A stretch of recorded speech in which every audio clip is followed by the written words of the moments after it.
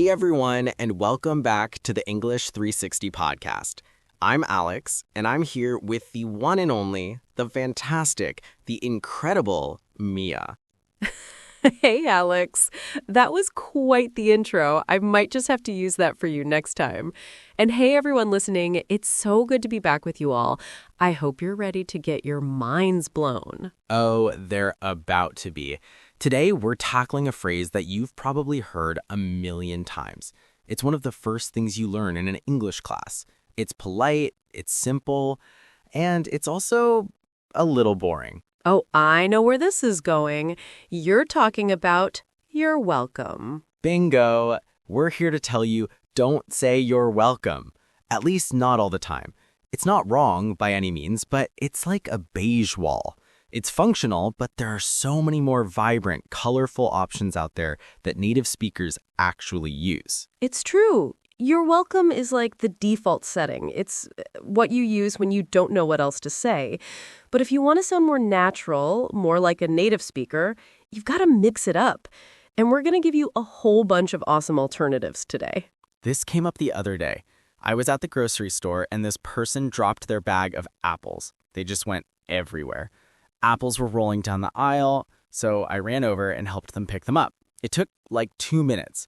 When we were done, they said, "Oh my gosh, thank you so much." Oh my gosh. And you said? I said, "No problem at all." See, that's it. If you had said, "You're welcome," it would have felt a little formal, right? Like you were a waiter. But "no problem" feels so much more relaxed and natural. Exactly, and it felt more genuine. We're going to dive into all the different ways you can respond to thank you in any situation. We'll cover everything from casual, laid-back responses for your friends to more formal, professional ones for your boss. This is a big one. It's a key part of sounding natural. You'll hear us use these phrases all the time, and you probably never even notice because they're just so normal. That's the goal. So get ready to throw that old dusty "you're welcome" in the trash. Figuratively speaking, of course. You're about to level up your English in a big way. We'll be right back after the break. Short transition music. Welcome back. Let's get right into it. We're breaking down how to respond to thank you. Let's start with the most common and casual alternatives. The first one is a staple. No problem. Oh yeah, this is my go-to. It's perfect for casual situations. If a friend says, "Hey, thanks for grabbing my coffee," you can just say, "No problem." It's easy, friendly, and it implies that the favor wasn't a big deal. A close cousin to that is "no worries." This one has a slightly more laid-back, almost surfer dude vibe, you know? Totally. It's what you say when you want to tell someone not to stress about it. Like, "Thanks for the ride to the airport." And you say, "No worries, man." It's like, "I'm happy to do it, and it didn't cause me any trouble." Then we have anytime. This is a great one. It signals that you're always willing to help. Right. It's like saying, "You can ask me for a favor anytime. I'm here for you." It shows a deeper level of friendship and support. Let's get a little more formal. What if someone thanks you in a professional setting? Maybe you held the door for your boss and they say, "Thank you." You probably don't want to say "no worries." Yeah, that would be a little too casual. For those situations, a great one is "my pleasure." It's a bit more formal and shows that you are happy to help. It sounds so much more elegant than "you're welcome," too. It's like you're saying, "It was a pleasure for me to do that for you." It works great in customer service or in a professional environment. Another good one is "you're very welcome." Adding "very" makes it feel a little warmer and more sincere than the standard phrase. It adds a little bit of sincerity, a little bit of a human touch. Now, let's talk about some less common but still very native phrases. What if you just want to acknowledge it? You could say "sure thing." It's a bit more casual, but it's really friendly. "Thanks for the help." "Sure thing." It just rolls off the tongue. And how about if the person thanks you for something that you're doing anyway? Like if you're a teacher and a student thanks you for teaching them something. You could say, "Of course." It's like saying, "That's what I'm here for." It shows that it was your duty or your job to help, and it's no big deal. It's a very natural response. That's so true. It's not just about the words, it's about the context. Knowing which phrase to use in the right situation is what makes you sound authentic. We've got a whole lot more coming up after the break, including some funny stories about times we used the wrong phrase at the wrong time. We're back, and as promised, we're getting real with some of our own personal thank you flubs. Mia, you know that feeling when a phrase just doesn't land? Oh, Alex, I know it all too well. I've had my share of facepalm moments. You know, when you're trying to sound cool and casual, but it just backfires completely. Tell me about it. There was this one time I was at a super fancy dinner party, like black tie, white tablecloths, the whole 9 yards. A friend of a friend, someone I just met, spilled a glass of wine on my jacket. It was a brand new jacket, and I was so focused on trying not to panic, I just started dabbing it with a napkin. Oh no, I can feel the tension from here. Yeah, the guy who spilled it was so apologetic. He was saying, "Oh my gosh, I am so sorry. Thank you for being so understanding." And my brain, for some reason, just decided to go into super chill mode. I looked at him, gave him a big smile, and said, "No worries, man. Happens to the best of us."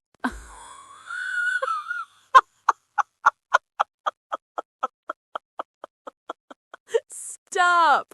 You did not say no worries, man, at a black tie event. I did. He just stared at me. It was this long, awkward pause. You could hear a pin drop. The whole table just got silent. The look on his face, it was a complete and utter cringe fest. It was so out of place. I felt like I totally put my foot in my mouth. I learned right then and there that no worries is not for every situation. You have to read the room. Oh, that's just a classic. I can only imagine. My story's a little different. I was trying to impress a new colleague at work, and I was doing this huge presentation. I had to stay late to get all the charts and graphs just right. My boss came in and saw me still there at like 8 p.m., and he said, "Mia, thank you so much for staying late. I really appreciate the extra effort." That's great. You must have felt like a superstar. I did, and I was so pumped. I wanted to sound super professional and show him that it was my pleasure to help out. So I smiled and said, "It's all good." Oh, no. "Yeah, it's all good." He just blinked at me. I think he was expecting something more like "my pleasure" or "happy to help." But no, my brain, under pressure, just gave me the most casual, laid-back response imaginable. It's all good. That's what you say when someone bumps into you in the hallway, not when your boss thanks you for staying late on a big project. I know. I wanted to go out on a limb and use a new phrase, and it backfired. He just said, "Well, good night," and walked away. I felt so silly. I just stood there thinking, "Mia, you totally botched it." I love these stories because they prove that even native speakers mess up sometimes. The important thing is that we learn from it. You used a great phrase. You just got your wires crossed and used it in the wrong context. It's a great example of why context is everything. Exactly. So, for all of you listening, don't be afraid to try these new phrases out. You might have a funny story to tell later on. It's all part of the process. And we're back. And now for the good stuff. We've talked about what to say when you're thanked, but what about when you want to talk about helping someone? Because in English, we have a ton of different ways to express that. Oh yeah, we have phrases for every flavor of helping. Let's start with a classic, to lend a hand. This is a really polite and simple way to say you're going to help. Right. Like, hey, can you lend me a hand with these groceries? It's a bit more formal than help me, and it sounds a little more old school in a good way. Then you have to have someone's back.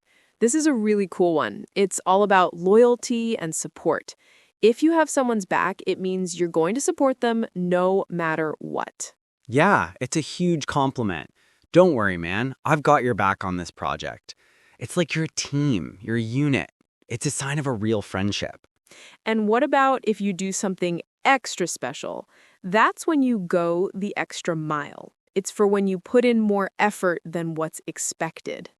That's my jam. Like, if a customer is lost and you don't just give them directions, but you actually walk with them to their destination, you went the extra mile.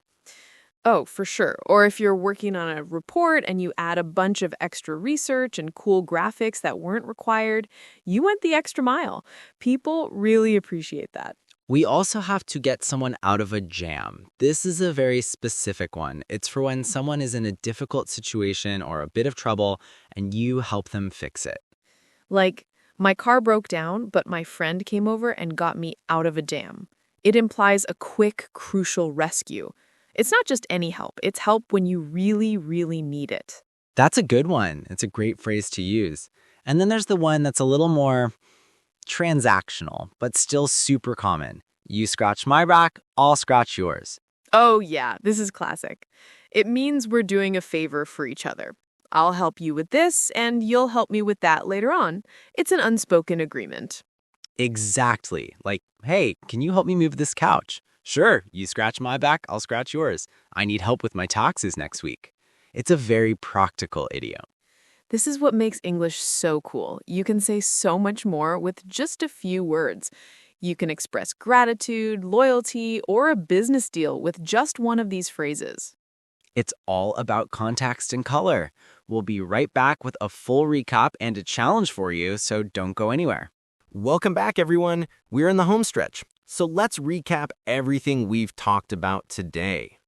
We started by challenging the classic but a bit boring "you're welcome" and introduced you to some much more natural alternatives. For casual situations, you've got no problem, no worries, and anytime. When someone says, thanks for the lift, you can confidently say, no worries. More for professional or formal settings, you can go with "my pleasure" or a sincere "you're very welcome." Remember, it's all about context. We also dove into some great idioms about helping people. Things like lending a hand, having someone's back, and going the extra mile. These are phrases that native speakers use all the time. And don't forget to get someone out of a jam and the powerful "I'm in your debt." Now you have a whole new toolkit to express gratitude and offer help. Now for our weekly challenge. We want you to try using one of these new phrases today. The next time someone thanks you for something simple, like holding a door, don't say you're welcome. Instead, try saying, my pleasure. Or if a friend helps you out, try using one of the idioms. Tell us about your experience. We want to hear your stories, the good, the bad, and the hilarious. Share them in the comments below or on social media using the hashtag English360podcast. We love hearing your triumphs and your funny flubs. And just for fun, here's a little teaser for next time. We'll be talking about a phrase that's like a secret handshake in American English. A phrase that will tell people, I'm one of you. A phrase that will make you sound so native, you'll almost forget you're learning. I can't wait. So thank you all so much for tuning in. We had a blast. Thanks for listening, and we'll see you next time.